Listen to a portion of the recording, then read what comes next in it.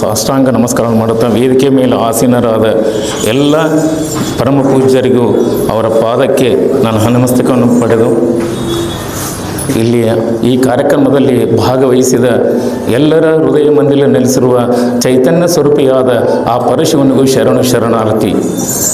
ನಾನು ಮೂಲತಃ ಗದಗ ಜಿಲ್ಲೆ ನರಗುಂದದವನು. ನಾನು ಖಾಸಗಿ ಶಾಲಾ ಶಿಕ್ಷಕನಾಗಿ ಕೆಲಸವನ್ನು ಮಾಡುತ್ತೇನೆ.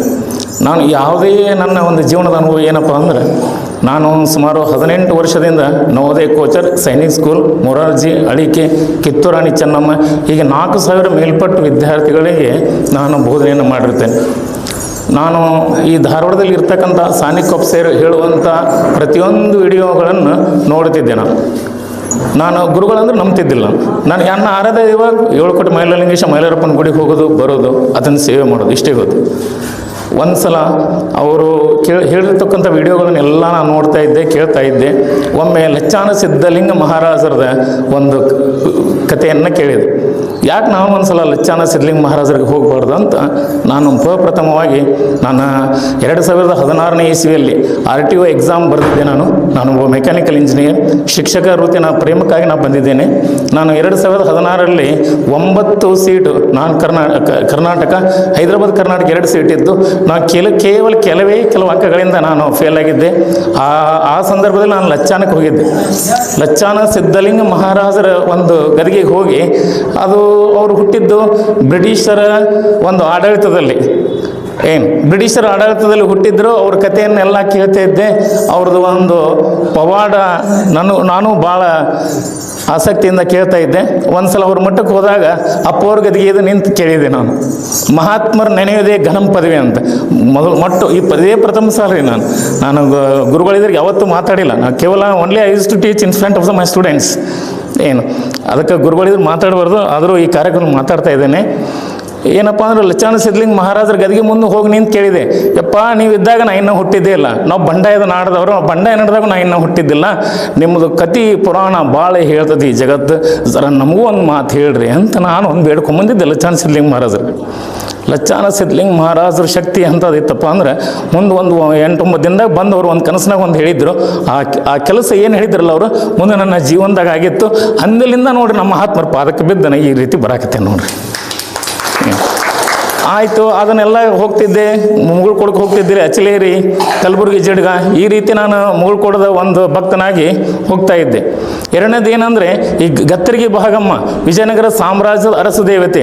ವಿಜಯನಗರ ಸಾಮ್ರಾಜ್ಯದ ಅರಸು ದೇವತೆ ಒಂದು ಮಾತನ್ನು ಹೇಳಿರ್ತಾಳ್ರಿ ರಾಮರಾಯರಿಗೆ. ಏನಂತ ಹೇಳ್ತಾಳೆ ಅಂದರೆ, ಬಿಜಾಪುರ ಸುಲ್ತಾನರು ಕೂಡ ಯುದ್ಧ ಮಾಡಬೇಡ, ಬಿಜಾಪುರ ಸುಲ್ತಾನರು ಕೂಡ ಯುದ್ಧ ಮಾಡಿದರೆ ನಿನ್ನ ಸಂಸ್ಥಾನ ಹಾಳಾಗಿ ಹೋಗಿತ್ತು ಅಂತ ಹೇಳ್ತಿರ್ತಾಳೆ. ಆದರೆ ಇದನ್ನು ಧಿಕ್ಕರಿಸಿ ರಾಮರಾಯ ಏನಾಗಿರ್ತಾನೆ ಅಂದರೆ, ಮದ್ಯ ವ್ಯಸನಿ, ವೇಶ್ಯ ವ್ಯಸನಿ ಆಗಿರ್ತಾನೆ ಅವನು. ಈ ವ್ಯಸನಿಗಳು ಯಾರಿರ್ತಾರಲ್ಲ ಅವರು ತಾವಷ್ಟೇ ಸುಡುದಿಲ್ಲ, ತಮ್ಮ ಇಡೀ ಸಂಸಾರವನ್ನು ದುಃಖಕ್ಕೆ ಈಡು ಮಾಡ್ತಿರ್ತಾರೆ. ಅಂಥ ಸಂದರ್ಭದಲ್ಲಿ ಗತ್ತರಿಗೆ ಭಾಗಮ್ಮ ಅವರು ಸಾಮ್ರಾಜ್ಯವನ್ನು ಬಿಟ್ಟು ಹೊರಗೆ ನಡೀತಾಳೆ. ಸಾಮ್ರಾಜ್ಯ ಪತನವಾಯಿತಲ್ಲೇ. ನಾನು ಯಾವಾಗಲೂ ಒಂದೇ ಒಂದು ಮಾತು ವಿಚಾರ ಮಾಡ್ತಿದ್ದೆ. ನಾನು ಒಂದು ವೇಳೆ ವಿಜಯನಗರ ಸಾಮ್ರಾಜ್ಯದ ಅರಸರು ಆ ದೇವಿ ಮಾತು ಏನಾದರೂ ಒಂದು ಪಾಲಿಸಿದ್ರೆ ಇವತ್ತಿಗೂ ನಮ್ಮ ಹಾದಿಯಲ್ಲಿ ವಜ್ರದ ವ್ಯಾಪಾರ ಇರ್ತಿತ್ತೇನೋ ಅಂತ ನನಗೊಂದು ಮಾತು ಇವತ್ತಿಗೂ ಅದು ತಲೆಯಾಗಿ ಇರ್ತಿದ್ದು. ನಾ ಅವಾಗ ಏನು ಮಾಡಿದೆ ಅಂದರೆ, ದೇವಿ ಪಾರಾಯಣವನ್ನು ಪ್ರಾರಂಭ ಮಾಡಿದೆ. ನಾನು ಸುಮಾರು 18 ಅಧ್ಯಾಯವನ್ನು ಒಂದೊಂದು ದಿವಸದಲ್ಲಿ ಓದ್ತಿದ್ದೆ. ನಂಗೆ ಸಮಯದವ, ನಾನೊಬ್ಬ ಟೀಚರ್, ಮಕ್ಕಳದ್ದು ಕಲಿಸೋದೇ ನಂದು ಒಂದು ಗುರಿಯಾಗಿ ಬಿಡ್ತೀರಿ. ಹೀಗಾಗಿ ನನಗೆ ಈ ಪ್ರಥಮದಲ್ಲಿ ಇಲ್ಲಿ ಬಂದಿದ್ದೆ ನಮ್ಮ ಮೊದಲನೇ ಸಲ. ಆದರೆ ಗಿರೀಶ್ ಪಾಟೀಲ್ ಮಹಾಲಿಂಗಪುರ ಸರ್ ನಂಬರ್ ಸಿಕ್ಕಿದ್ದು ಇನ್ನೂ ಒಂದು ವಿಚಿತ್ರ. ನಮಗೆಲ್ಲ ಬಾದಾಮಿ ಬಸ್ ಸ್ಟ್ಯಾಂಡಲ್ಲಿ ಸಿಕ್ಕಿದ್ದು ಒಂದು ನಮಗೆ ನಂಬರು. ಅವ್ರು ಯಾರೋ ಕೊಟ್ಟರು, ಬಂದು ಇವತ್ತು ಅವ್ರನ್ನ ಹುಡ್ಕೊಂಡು ಅವರು ಭೇಟಿ ಆದರು, ಗುರುಗಳ ದರ್ಶನ ಆಯಿತು. ಇಲ್ಲಿ ಒಂದೇ ಎಲ್ಲರಿಗೆ ಹೇಳೋದು ಏನಂದರೆ, we are born to die. ನಾವಿಲ್ಲಿ ಬಂದಿರೋದು ಕೇವಲ ಒಂದು ನಾಟಕ ಮಾಡಲಿಕ್ಕೆ. ಸಮಯನ ವ್ಯರ್ಥ ಮಾಡಿಬಿಡ್ರಿ. ಸಮಯವು ವಜ್ರಕ್ಕಿಂತ ಒಂದು ಮಹತ್ವವಾದದ್ದು. ಎಲ್ಲರಿಗೂ ಒಂದೊಂದು ಕಷ್ಟ ಇರುತ್ತೆ. ಸಂಸಾರದಲ್ಲಿ ಸಿಲುಕಿಂತ ಮಕ್ಕಳಿಗೆ ಮೊದಲು ಸಂಸ್ಕಾರವನ್ನು ಕೊಡ್ರಿ. ಅದ್ರ ಜೊತೆನೆ ನೀವು ಶರಣರ ಸೇವೆಯನ್ನು ಮಾಡ್ರಿ.